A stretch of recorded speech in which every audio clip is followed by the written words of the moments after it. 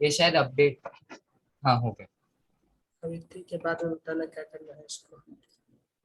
यह बालक धैर्य में बलि महाराज के समान होगा और प्रहलाद महाराज के समान कृष्ण का आनंद भक्त। यह अनेक अश्वमेध यज्ञों को संपन्न करने वाला तथा वृद्ध एवं अनुभवी अनुभवी व्यक्तियों का अनुयायी होगा। तो अलग अलग महापुरुषों के, अलग अलग महान राजाओं के गुणों का वर्णन करते हुए यहाँ पे ब्राह्मण लोग युधिष्ठिर महाराज को बता रहे हैं कि जो बालक है सामान्य बालक नहीं है, इसके अंदर सारे के सारे एक्स्ट्रा ऑर्डिनरी क्वालिटीज होंगे, जो कि जैसे आपके पूर्वजों के अंदर हुए। तो इस प्रकार से उनको इंडिकेशन दे रहे हैं। धत्या बलि समा, बलि के समान दानी होगा।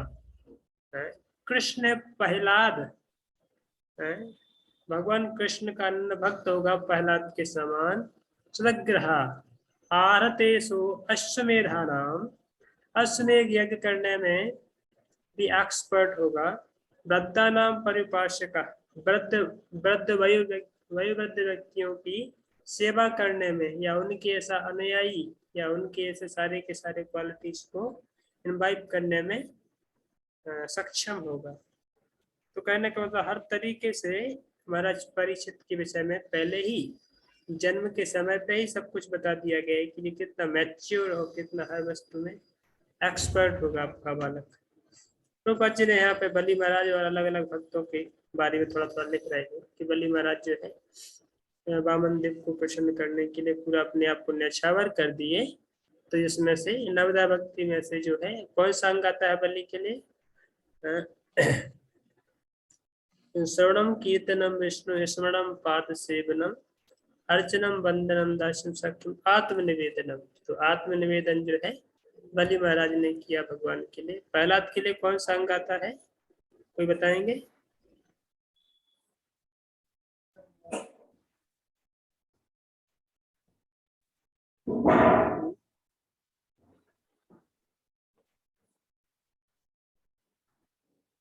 प्रेयर्स, जो श्रवणम कीर्तनम स्मरणम, स्मरण आता है ना?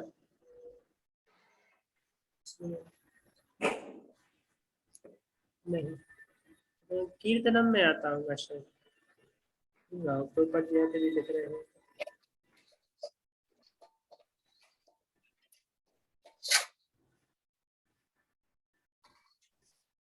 तो उसके बारे में एक श्लोक भी आता है कि जो 9 के 9 क्रियाएं हैं, 9 के 9 क्रियाओं में अलग अलग भक्तों के नाम दिए गए हैं।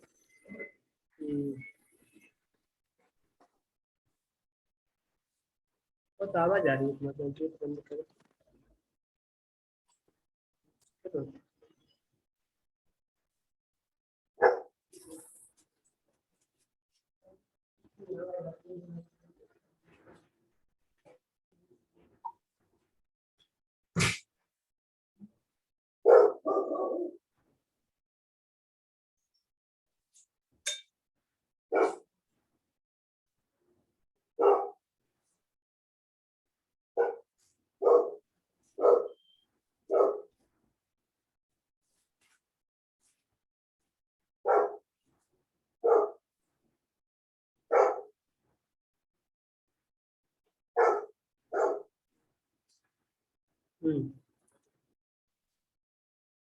आगे बता रहे हैं। राजर्षीणाम जनयता शास्ता चोत्पथगामिनाम निगृहीता कलेरेशा भवो धर्मस्य कारणात्।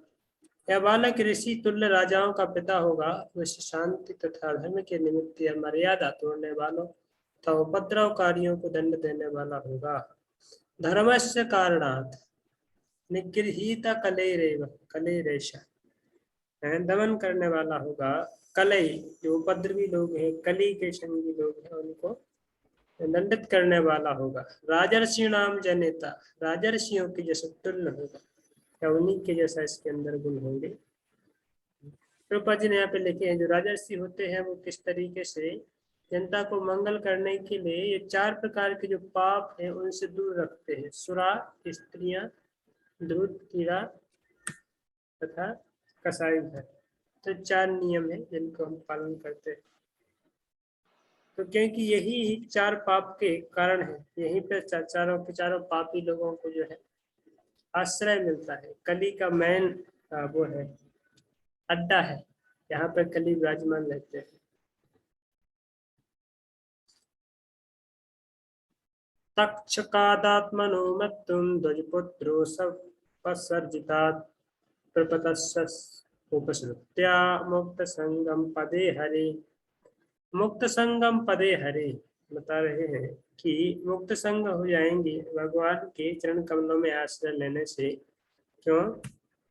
वह ब्राह्मण पुत्र के द्वारा भेजे गए तक्षक नाग के रचने से अपनी मृत्यु होने की बात सुनकर समस्त भौतिक आसक्ति से अपने आप को मुक्त करके भगवान को आत्मसमर्पण करके उन्हीं की शरण ग्रहण करेगा। तो पहले ही बता दिया कि इनकी मृत्यु भी कैसे होगी, तो पूरा बताया ना, क्योंकि ये शौनकादि ऋषियों का प्रश्न था कि किस तरीके से राजा परीक्षित के जन्म के कर्म और जन्म उनके कर्म के विषय में बताइए, और उन्होंने किस तरीके से शरीर को छोड़ा उसके विषय में बताइए।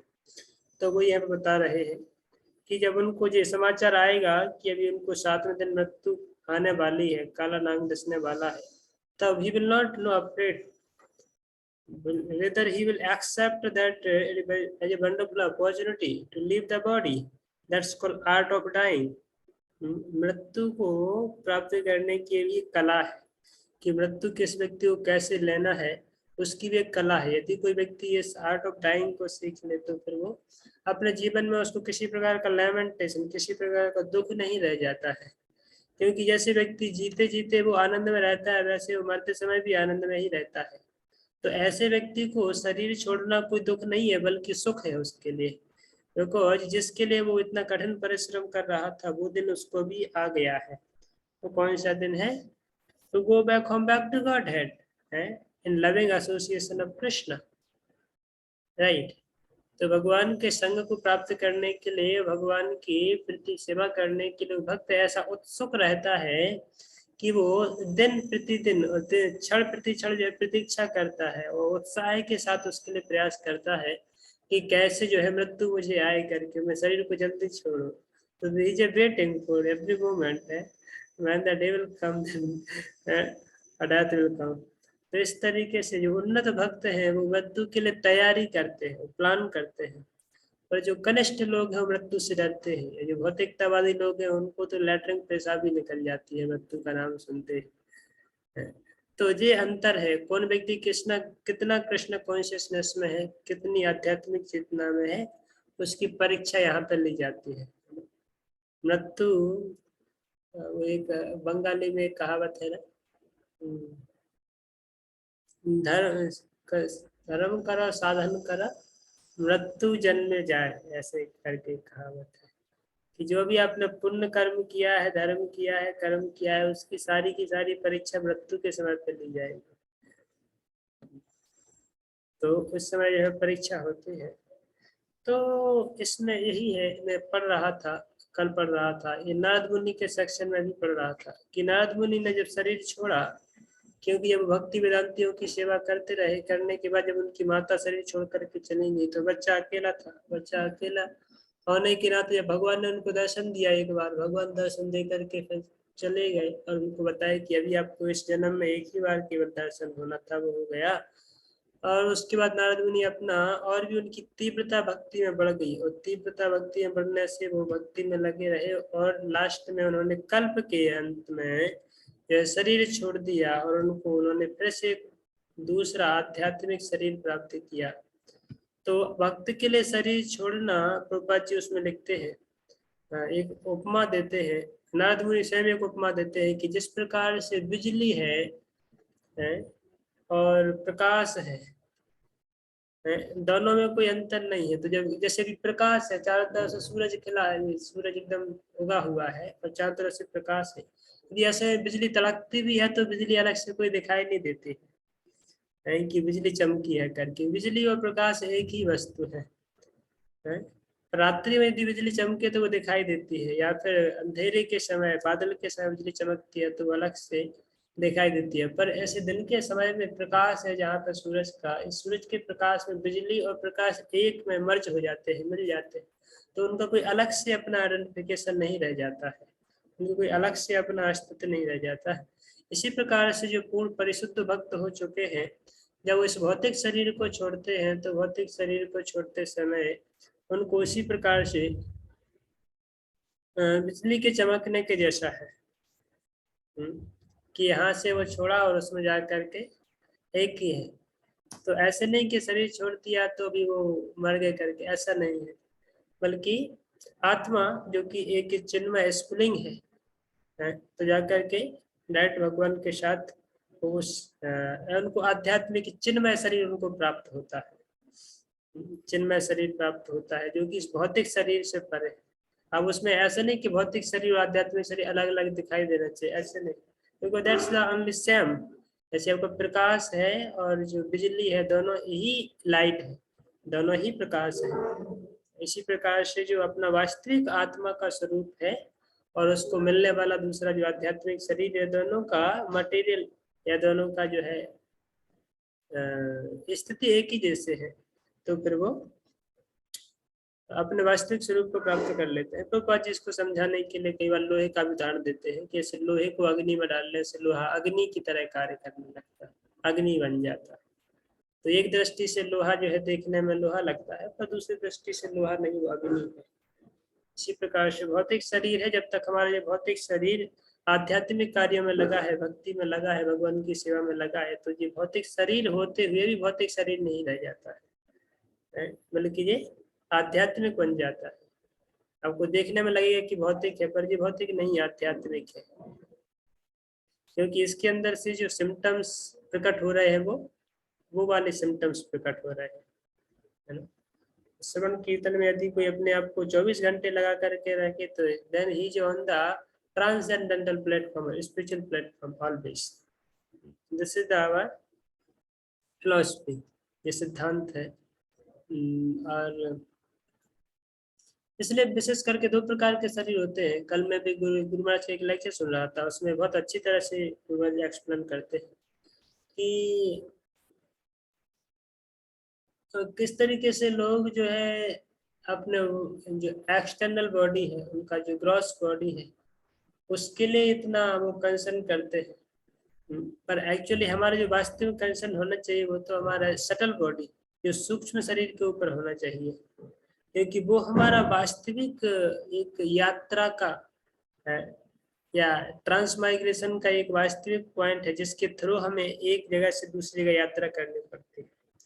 तो जिस तरीके से हमारा माइंड और इंटेलिजेंस भगवान की सेवा में लगा हुआ है, हमारा सटल बॉडी है, सूक्ष्म शरीर है, और उसमें लगा हुआ है, तो उसी प्रकार से हमारी नेक्स्ट जो यात्रा है वो तय की जाएगी कि किस तरीके से हमें यात्रा करना है, कौन सी गाड़ी में यात्रा करना है, कौन सी गाड़ी में बैठना है जाके, नहीं तो जिस गाड़ी का आप टिकट लेंगे करके, वैसे इसी प्रकार से जो सूक्ष्म शरीर है उसको अभी ट्रेनिंग दिया जा रहा है करते हैं कि उनको एक नेक्स्ट लाइफ में किस तरीके से कहाँ पे यात्रा करना है, तो कहाँ से चुनाव होगा है कि आपने कितने हद तक जाकर के सूक्ष्म शरीर जहाँ पे मन बुद्धि को प्यूरिफाई किया है, उसके साथ सब चीजें तय की जाएंगी। वो लेक्चर मुझे बहुत अच्छा लगा, यदि आप लोगों को सुनना है तो मैं आपको भेज दूंगा, उसका देखना पड़ेगा मुझे, तो भेज दूंगा। तो काफी अच्छा लेक्चर है, उसको सुनने से सारे कॉन्सेप्ट क्लियर हो जाते हैं कि मृत्यु क्या है और डेथ क्या है, सूक्ष्म शरीर का स्थिति कैसे होते हैं, ग्रॉस स्थूल शरीर की स्थिति कैसे होते हैं, आध्यात्मिक शरीर की स्थिति कैसे होती है। तो उसमें महाराज बताते भी हैं कि जो सूक्ष्म शरीर है वो सूक्ष्म शरीर और आध्यात्मिक शरीर में कोई अंतर नहीं है। जो सूक्ष्म शरीर है इस भौतिक उसमें है, विदाउट कृष्ण कॉन्शियसनेस जो सूक्ष्म शरीर है वो है एक मनोबुद्धि है, पर वही मनोबुद्धि जब पूर्ण रूप से स्पिरिचुअलाइज हो जाते हैं, कृष्ण कॉन्शियसनेस में एंगेज हो जाते हैं, तो सेम सूक्ष्म शरीर और same subtle body transform submerged into spiritual body. तो इस शरीर के अंदर भी हमारा सूक्ष्म शरीर है, तो सूक्ष्म शरीर वहां पे उसका एग्जिस्टेंस अस्तित्व नहीं रह जाएगा यदि हम अपने आप को 24 घंटे कृष्ण कॉन्शियसनेस में और पूर्ण रूप से कृष्ण की सेवा में लगा के रखें, और पूर्ण रूप से यदि हम कृष्ण कॉन्शियस हो जाएं, तो इस शरीर के अंदर भी जो मन बुद्धि है वो भी एक पार्शियली वर्क नहीं करेगा, अलग से काम नहीं करेगा, वो आध्यात्मिक शरीर की ही भांति कार्य करेगा। ये आध्यात्मिक शरीर या दो शरीर केवल रह जाएंगे। अब बोल सकते हैं gross body and a spiritual body within us. Got my point? वैसे देखने में तीन शरीर हैं, एक gross body, then subtle body and then spiritual body. But when person engage himself in a devotional service 100%, then the same subtle body, transform into the spiritual body. Then there is no more three bodies; there are only two bodies, है ना? Gross body and spiritual body. But Prabhupada say again, just like an iron, if you put the iron in fire, then the same iron becomes a fire only, right? So then if you are engaging our gross body in Krishna consciousness, यदि अपने इस भौतिक स्थूल शरीर को भी कृष्ण की सेवा में 24 घंटे लगा करके रखें, तो ये स्थूल शरीर भी स्थूल शरीर नहीं रह जाएगा, ये भी आध्यात्मिक शरीर बन जाएगा। Then the three body just submerged into only one body. That's called spiritual. समझ में आया ना? थोड़ा सा वो है, विज्ञान है, यदि आप इसको समझ जाएंगे तो फिर चिंता रह जाएगी कैसे हमें Krishna conscious, fully Krishna consciousness बनना जीवन का उद्देश्य है।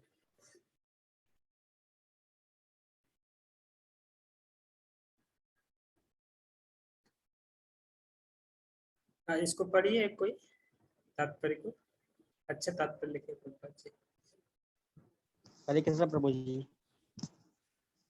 भौतिक आसक्ति तथा भगवान के चरण कमलों के शरण ग्रहण करने में कोई मेल नहीं है। भौतिक आसक्ति का अर्थ है भगवान के शरण में दिव्य सुख की प्रति अज्ञान।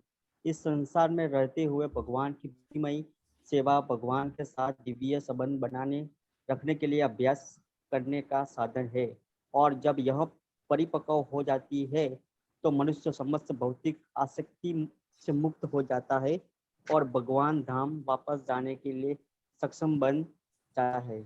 महाराज परीक्षित अपनी माता के गर्भ में शरीर धारण भगवान के प्रति विशेष रूप से अनुरूप हो चुके थे और निरंतर भगवान की शरण में रह रहे थे। ब्रह्मन पुत्र द्वारा दिए गए शाप के 7 दिन के भीतर ही अपनी मृत्यु की तथाकथित चेतावनी उनके लिए वरदान थी, क्योंकि इससे वे तो ऐसे शुद्ध भक्त के लिए मृत्यु आना वो क्या है, वरदान है। तो वही नारद मुनि भी अपने केस में बताते हैं। वहाँ पे नारद मुनि को व्यासदेव पूछते हैं कि भाई तुमने शरीर कैसे छोड़ा, कल्प के अंत में, ब्रह्मा जी के एक दिन में तुमने कल्प के अंत में तुमने शरीर छोड़ा। तो नारद मुनि बताते हैं that was my very wonderful बून।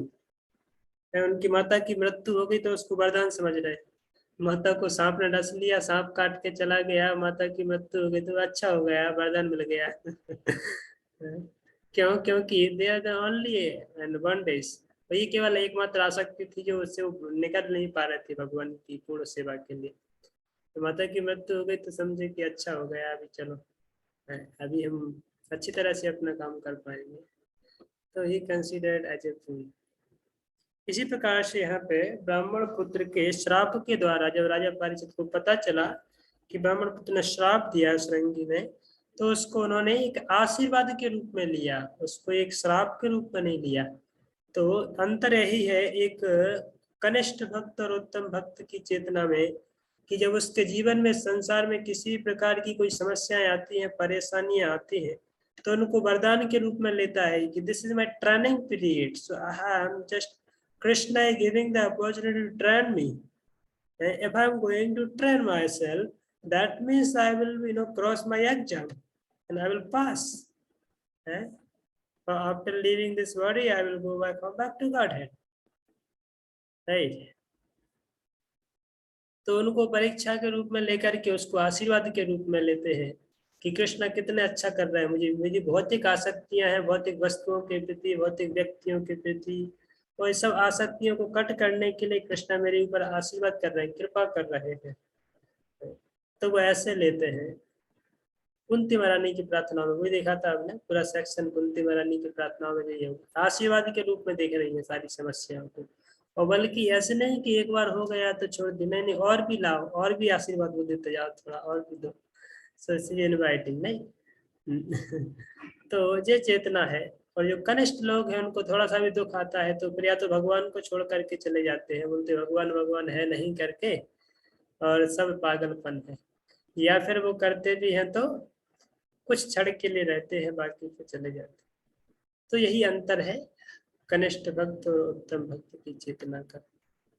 जो उत्तम भक्त है उनको श्राप को आशीर्वाद के रूप में लेकर के भगवत धाम जाने की तैयारी करते हैं, जहाँ पे बद्ध जीव उस आशीर्वाद को भी श्राप के रूप में देखते हैं। यदि कोई भक्त आकर के उसको भगवत गीता दे जाए, माला दे जाए और थोड़ा उसको भगवत भक्ति के तो श्राप के रूप में देखते हैं, तेरा बर्बादी हो जाएगा, कहाँ फंस गया तू जाके इस्कॉन वालों के चक्कर। Right, so he is considering as a curse, एक आशीर्वाद को भी श्राप के रूप में देख रहा है जो बद्ध जीव है। पर जो उत्तम भक्त है वो श्राप को भी आशीर्वाद के रूप में देखते हैं। जिज्ञासितात्मयार्थार्थ्यो मुने सुतादसौ हित्वेदं नृप गंगायां यास्य तद्या कुतो भयम्। यासत यात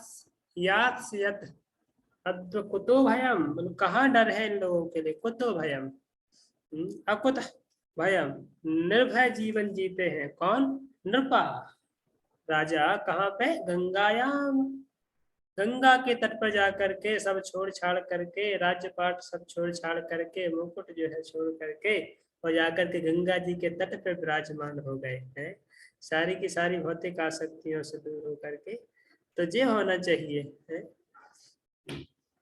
व्यास सुतात, व्यास के पुत्र से, कौन है व्यास के पुत्र, सुखदेव गोस्वामी, जिज्ञासा करने लगे किस विषय में, अलग अलग टॉपिक्स के विषय में, भगवान की दिव्य लीलाओं के विषय में, भगवान के दिव्य कार्यकलापों के विषय में भागवत की चर्चा करने लगे, जाके सुखदेव गोस्वामी के पास में बैठ करके। जिज्ञास आत्म यथार्थ्य, आत्मा का सही ज्ञान, यथार्थ मतलब वास्तविक, हमारी जो वास्तविक आइडेंटिटी है उसके बारे में जानने के लिए जिज्ञासा करने लगे। कहाँ पे, मुने व्यासो सुतादसौ, यहाँ पे मुनि व्यासदेव के पुत्र सुखदेव गोस्वामी बैठे हुए थे, उनके पास जाकर के हित्वेदम नृप गंगायाम, सब कुछ त्याग दिया, गंगा जी के तट पर जाकर के बैठे, स्यात्या कुतु भयम, सबको निर्भीक बिना डर के बैठे हैं वहां पे जाकर।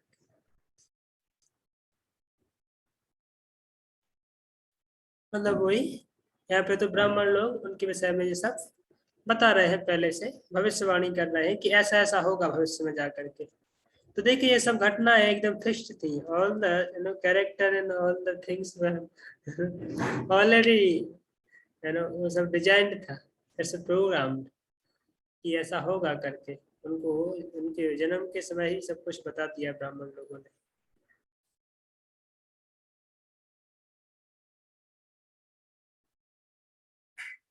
रूपा जी यहाँ पे लिख रहे हैं,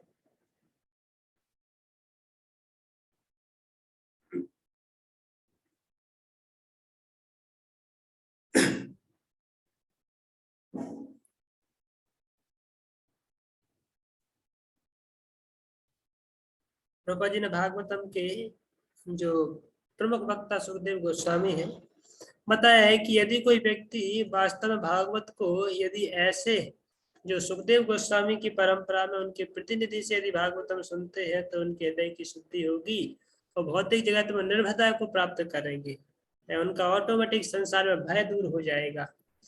और दूसरी तरफ यदि कोई व्यक्ति पेशेवर से, जो कि व्यवसायी लोग हैं, ऐसे लोगों के पास जाकर के भागवतम को सुनाएंगे तो उनके जीवन में भय बढ़ता जाएगा।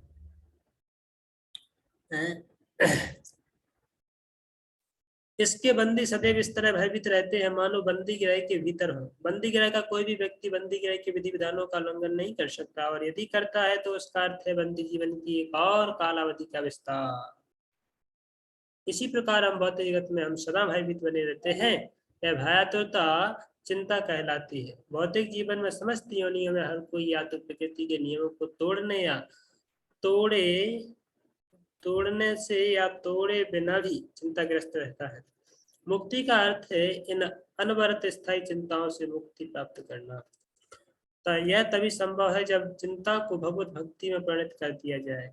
श्रीमद् भागवतम हमें अवसर प्रदान करता है कि हम चिंता के गुण को पदार्थ से अध्यात्म में बदल दें। ऐसा विद्वान दार्शनिकों की संगति से, जैसा कि श्री व्यासदेव के महान पुत्र स्वरूप सिद्ध सुखदेव गोस्वामी की संगति से संभव है। महाराज